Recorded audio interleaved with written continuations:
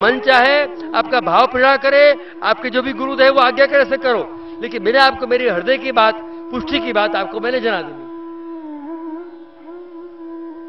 तो यहां पर ठाकुर जी के लिए जब पोढ़ाते हैं, तब भी जब ठाकुर जी जागते हैं तभी देखो नेह कारण जमने प्रथम आई।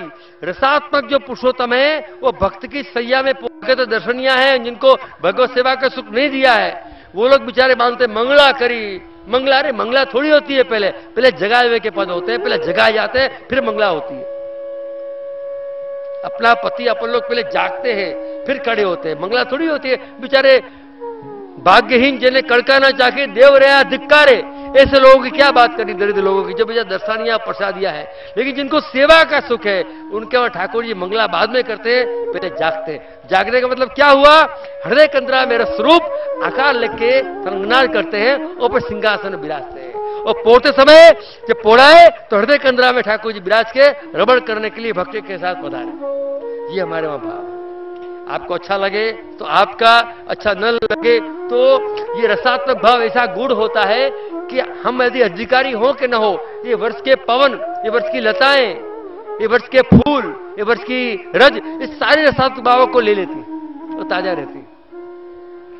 समझे ना आप, ये कभी सूखती नहीं, अन्य गति नहीं होती है। पहला अधिकार भक्तों का है, पुष्टि भक्तों का। अगर वो नहीं समझ पाए, नहीं धारण कर पाए तो हमारी ये वृक्षभूमि जो है उसको रस रूप में ले लेती है ना।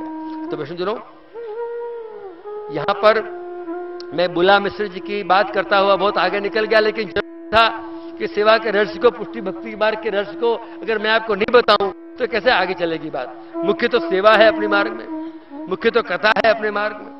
यात्रा, तीर्थ, गोवर्धना जी की यात्रा, ये सब तो साधन अवस्था में है। बुरा मत माना मेरे मार्ग का, लेकिन हमारा पुष्टि मार्ग तो यही कहता है, साधन फल में यही भेद, हमको तो फल चाहिए, है क्या नहीं। तो यहां पर रसात्मक स्वरूप को जगाना और पोढ़ाना। प्रभु मूर्ति रूप नहीं विराजते हैं, स्वरूप का मतलब है साक्षात, साक्षात।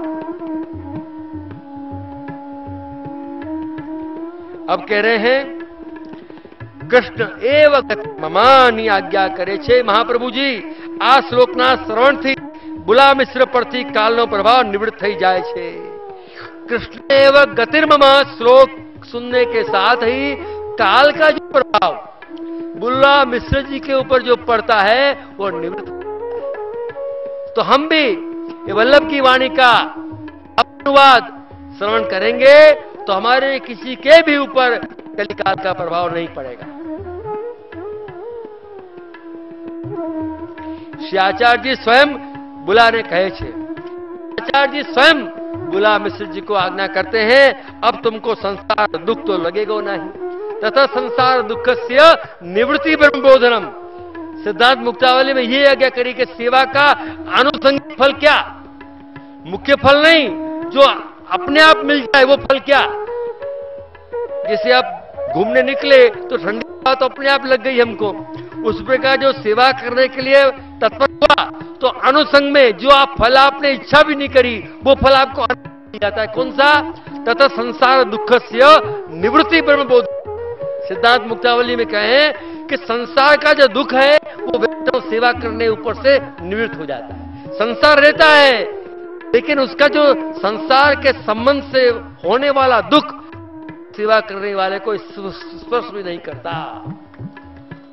तथा संसार दुखस्य, संसार के संबंध से होने वाला जो दुख है निवृत्ति और ब्रह्मबोध। मैं भी अक्षरार्थ हूं, मेरे ठाकुर जी के सिंहासन, सांगामाची, चौकी, खंडपाठ, तबकड़ी, झारी, बंटा, जो कुछ भी ठाकुर जी के खिलौना सारे ब्रह्मात्मक में है, अंतरात्मक है। तथा संसार दुखस्य, संसार के संसार माने क्या, अहमता और ममता, मैं और मेरा संसार कहा जाता है। उससे होने वाला दुख है वो निवृत्त हो जाता है। और तथा संसार दुख निवृत्ति और ब्रह्म का बोध होता है कि ये मेरे ठाकुर जी के खिलौने को मेरा पाम न लग जाए, ठाकुर जी किसी वस्त्र को मेरा पाम न लग जाए, मेरा थूक ना उठ जाए, मैं धक्का देके चलाऊं नहीं। देखिए ठाकुर जी के पात्र स्नान के, भोग के, श्रृंगार के, झारी के हाथ से झटका दे के मत हटाना कभी भी, हटाओ सामग्री, ऐसे नहीं, बड़े प्यार से। ये सब स्वरूपात्मक मानी गई है। हमारे वहां ठाकुर जी के साहित्य, सामग्री, पात्र सब स्वरूपात्मक है, प्रकट मानते। इसलिए झारी जी को, बंटा जी को, तबकड़ी को, वेणु को, मित्र को, गादी को, पलना को, सांगा माची को, चौकी को, श्रृंगार की चौकी को, खंडपाठ को, तृष्टि को, किसी को काम न अड़े, किसी को भी हाथ से उसको तिरस्कार करके दूर मत हटाओ। हालांकि वैष्णव सब करते ही हैं, फिर भी जाने अनजाने किसी आवेश में आप रास्ता में सू पड़ी, हटाओ वही थी। बहू का गुस्सा ठाकुर जी पे निकल जाए, किसी गुस्सा किसी पे निकल जाए, ऐसा उपद्रव कभी मत करना। गुस्सा में नहाए, गुस्सा में आए और ठाकुर जी के श्रृंगार के साहित्य पड़ा हुआ है, थाल पड़ा हुआ है, चौकी पड़ी हुई, जल पड़े हुए, अंगवस्त्र पड़ा हुआ है, तुम श्रृंगार करने पहुंचे, धड़ाधड़ हो गई, कौन आबुदू करी, हटाओ वही थी। ऐसा उपद्रव भूल से मत करना। समझ गए ना मेरी बात? ठाकुर जी कसौटी लेते हैं कि मेरा श्रृंगार, मेरा स्थान, वो सब मेरे रूप है। समझे कि नहीं? कदाच कोई घर के कार्य में कोई वस्तु रह भी जाए, कभी कभी हमारे मुखिया बितरा भी ऐसा कर देते हैं, हम श्रृंगार ने पधारे तो स्थान के जो हमारे पात्र है धरे रहते हैं, अभ्यंग कराया हो, चंदन हो, आंवला हो, तो कभी कभी होता है हटा लेते हैं धीरे से उसको। लेकिन लात मार के और गुस्सा करके यहाँ केम पड़ा છે આટલું કેમ થઈ ગયું, ऐसी बालीला कभी न करें। और होना तो यही चाहिए कि अभी क्या होता है, जैसे आपके बच्चे का जन्मदिन आया तो हमारे आपके बच्चे का जन्मदिन आता है तो पूरी फैमिली, पूरा परिवार मनाता है क्या नहीं? हैप्पी बर्थडे सभी करते हैं, खाली माँ बेचारी करे तो कैसा लगे बच्चे को? अरे मम्मी मेरे डैडी क्यों नहीं करते, मेरे पापा क्यों नहीं करते हैं, मेरे दादाजी क्यों नहीं करते हैं, दादी माँ क्यों नहीं करते, चाचा चाची भैया क्यों नहीं करते हैं, दुख है। लेकिन हमारे वहां ऐसा दुष्प्रचार हो रहा है कि हमारे जन्माष्टमी, हमारे नंद उत्सव, हमारे आचार्य के उत्सव जो बेचारा सेवा करता है वो अकेला बनाता है, कुटुंब तो कमाने खाने में पड़े। कितना दुख होता है ठाकुर जी को, आप आत्मा पे हाथ रख के बताओ। जिस वैष्णव घर में सेवा है वो अकेला बेचारा उत्सव बनाता है, घर का कोई भी हाजिर नहीं है, सब कमाने खाने में पड़ गए। ठाकुर जी का डर दे तो हम दोनों उत्सव बनाते हैं, न तेरा पति, न तेरा बच्चा, न तेरी बहू, किसी को मेरे उत्सव की परवाह नहीं है। होता है कि नहीं? देखो आप सोचो मेरी बात को, बार बार सोचो। वो जो परिवार अपने परिवार के साथ दंडवत करता है, उत्सव मना, ठाकुर जी कहते आज मैं तेरे घर आया, क्या लगे तू करजे, तारा उत्सव तू करजे। ये हम सबको मैं कह रहा हूं, पति हो, बच्चा हो, दुकान धंधा 2-8 घंटा देर से खोलो, लेकिन ठाकुर जी का उत्सव अप्रस में नहा के दंडवत करके चरणस्पर्श करके जाओ। ब्रज में आए हो इतना तो ब्रज की रज लगाओ। इसका क्या होता है, वो जिसके वहां ठाकुर जी विराजते हैं, डोकरी के माथे की, छोकरा के माथे की, छोकरी के माथे के बहू के, वो बेचारी अकेले अकेले श्रृंगार करे, अकेले अकेले सामग्री करे, अकेले के भोज करे, किसी को उत्सव से लेना देना ही नहीं। खाली बैंक हॉलीडे आवे तब लगे आवे बैंक में हड़ताल से पैसा का कम कैसे होगा, भगवान से तो काम ही नहीं। व्यापारियों को दुख कब होता है? जब बैंक हॉलीडे होता है। ठाकुर जी के उत्सव से उनको लेना देना नहीं होता है। लेकिन वैष्णव का ऐसा नहीं होना चाहिए। क्या ख्याल है आपका? सही कह रहा हूं कि नहीं? बैंक हॉलीडे છે એટલે दुख, आज હવે મારા પૈસા ક્યાંથી આપવા? ठाकुर जी का हॉलीडे आता है वो तो जो सेवा करता है उसके लिए आता है। नहीं, अपने बच्चे का जो जन्मदिन आता है और माँ अकेली बेचारी मनावे तो बच्चे को कितना दुख हो। माँ को परेशान कर दे बच्चे के, भैया पापा क्यों नहीं आते हैं, दादाजी क्यों नहीं आते हैं, चाचा जी क्यों नहीं आते हैं, भैया क्यों नहीं आता है? होता है कि नहीं है? अरे फ्रेंड को बुलाते हैं, गिफ्ट लेते हैं और रिटर्न गिफ्ट देते हैं, कितना सब करते हैं बच्चे के लिए। लेकिन हमारे ठाकुर जी का उत्सव खाली मंदिर में दाम धूम होती है, तो हमारे घर में कौन विराजता है? हमारे घर में कौन पधराया हुआ है? राजा कितना भी बड़ा हो, लेकिन अपने घर के पति को, बच्चे को भूखा रखे कोई दरबार में जाता नहीं। हम ही ऐसे वैष्णव जाने कैसे पैदा हो गए कि ठाकुर जी को भूल के दौड़ते बाहर। ये वैष्णवता का धर्म नहीं है। बुरा मत मानना, मैं क्षमा चाहता हूं, लेकिन सच्ची बात को बता रहा हूं। शायर तो नहीं हूं, लेकिन शायर से नजर पाई है, वो बात कह देता हूं जो बात नजर आई है। क्या ख्याल है? कई वैष्णव ऐसे बेचारे होंगे जो जन्मदिन अकेले ठाकुर के साथ बनाते हैं। अरे तुम अकेले एक कोने में पड़े हो, एक डंडिया महल में पड़े हो, तो ठाकुर के साथ अकेले अकेले उत्सव मनाओ। लेकिन तुम घर में हो, गृहस्थी में हो, तो तुम्हारे पति, तुम्हारे बच्चे, तुम्हारी बहू, तुम्हारी बेटी सब मिलकर ठाकुर जी का उत्सव क्यों ना मनाए? ठाकुर जी को बहुत दुख होता है कि सेवक को दुख होता है, लेकिन ठाकुर जी को दुख होता है कि देखो ये सब मुख से विमुख हो रहे हैं। અરે જન્મદિવસ આવ્યો, પેલા દેવ દર્શન કરવા જજો, ત્યાં ભેટ કરવા જજો, ત્યાં તમે શ્રીફળ વધારી आवजो। अरे दुनिया भर के मंदिरों में पूछते हो, लेकिन घर के ठाकुर को छोड़ के उससे बड़ा कोई बहिर्मुख नहीं है। इसलिए कहते देव रहा धिक्कारे जड़े कणका न चाखी। दुनिया भर के देवताओं के मंदिरों में दंडोत करते गए।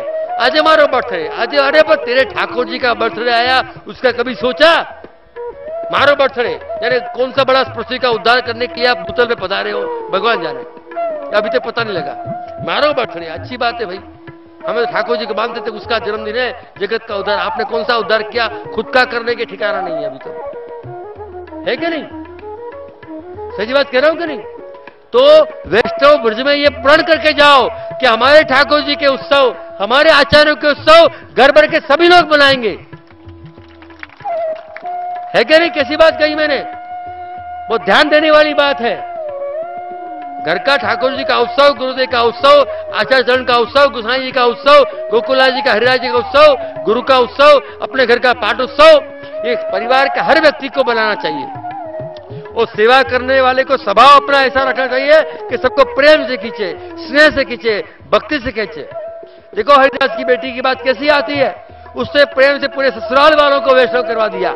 और हम सेवा करते करते 50 वर्ष हो गए तो एक व्यक्ति को वैष्णव कंठी बंधवा दी, गले में पट्टा बंधवा दिया, लेकिन भक्ति पैदा नहीं कर पाए। क्यों ऐसा हुआ? हमारा स्वभाव में कहीं कमी है। एक शायरी है कि एतबारे उल्फत न हो सका अभी तक। प्रेम, उल्फत का मतलब होता है प्रेम, प्रेम में विश्वास। एतबारे उल्फत न हो सका अभी तक, यकीनन मुझ में कुछ कमी है। अगर मेरे भक्ति पे विश्वास क्यों नहीं हुआ मुझे?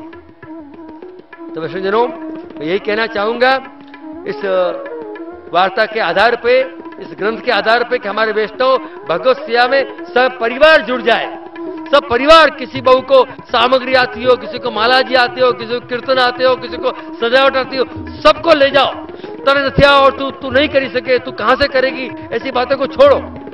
छोड़ो कल की बातें, कल की बात पुरानी हो गई। अब सबको साथ लेके चलने का समय आ गया है। वरना तुम अकेले रहोगे इसका दुख हमको नहीं है, लेकिन तुम्हारे साथ हमारे ठाकुर जी भी अकेले हो जाएंगे इसका हमें दुख है।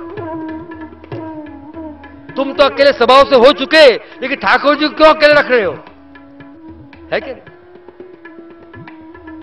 तो अपने स्वभाव के कारण अपने ठाकुर जी को तकलीफ हो ऐसा कभी नहीं करना चाहिए। सबको साथ लेके चलो। हमारे पति, हमारे ससुर, हमारी पत्नी, बहू, बेटे सभी वैष्णव हैं, सभी को अंकार वल्लभ ने किया है। आज नहीं तो कल इन सबको शरण में लिया हुआ है। तो इनसे भगवत प्रीति कैसे बढ़े, उनको तुलसी पत्र दो, उनको मिश्री दो, उनको महाप्रसाद दो, चरणामृत दो, जय श्री कृष्ण करके भेजो, जय श्री कृष्ण से बुलाओ, तो धीरे धीरे उनमें भक्ति की वृद्धि होगी। ये तो करते नहीं है, करेंगे नहीं, मानते नहीं, ऐसा मत सोचो। जैसे कोई नायिका ठाकुर जी को अच्छी लगे और रूठती फिरती है तो सखीजन मनाने जाते हैं, अरे ठाकुर जी को तो अच्छी लगी है, चल निकुंज को बुला रहे हैं, कितने भी माने क्यों ना हो। उसमें कहा ये मानो, ये भक्त जो घर वाले मान करते हैं, ठाकुर जी बुला रहे हैं उनको, मना मना के लाओ, ऐसा भाव रखो तो बहुत आनंद आएगा। तो यहां पर चरण कहें, अब तुमको संसार को दुख नहीं लगेगा। तथा संसार दुखस्य निवृत्ति ब्रह्म बोधन। क्या जीवना मस्तक पर थी कालो प्रभाव जाए? यहां प्रश्न करते हैं भगवत जी, क्या जीव के मस्तक पे धरा हुआ जो काल का प्रभाव है वो क्या जा सकता है? श्री गोसाई जी ना एक सेवक माजीनी वार्ताમાં સ્પષ્ટ આવે છે કે गोसाई के एक सेवक, एक माताजी, एक बुढ़िया जी, एक मैया की वार्ता में स्पष्ट कहा गया है एमने ठाकुर जी ना मनोरथो करवा हता। उनको ठाकुर जी के मनोरथ करने थे, એટલે काल ने 9 वक्त पाछो वाळ्यो। उन्होंने काल को 9 बार वापस भेज दिया।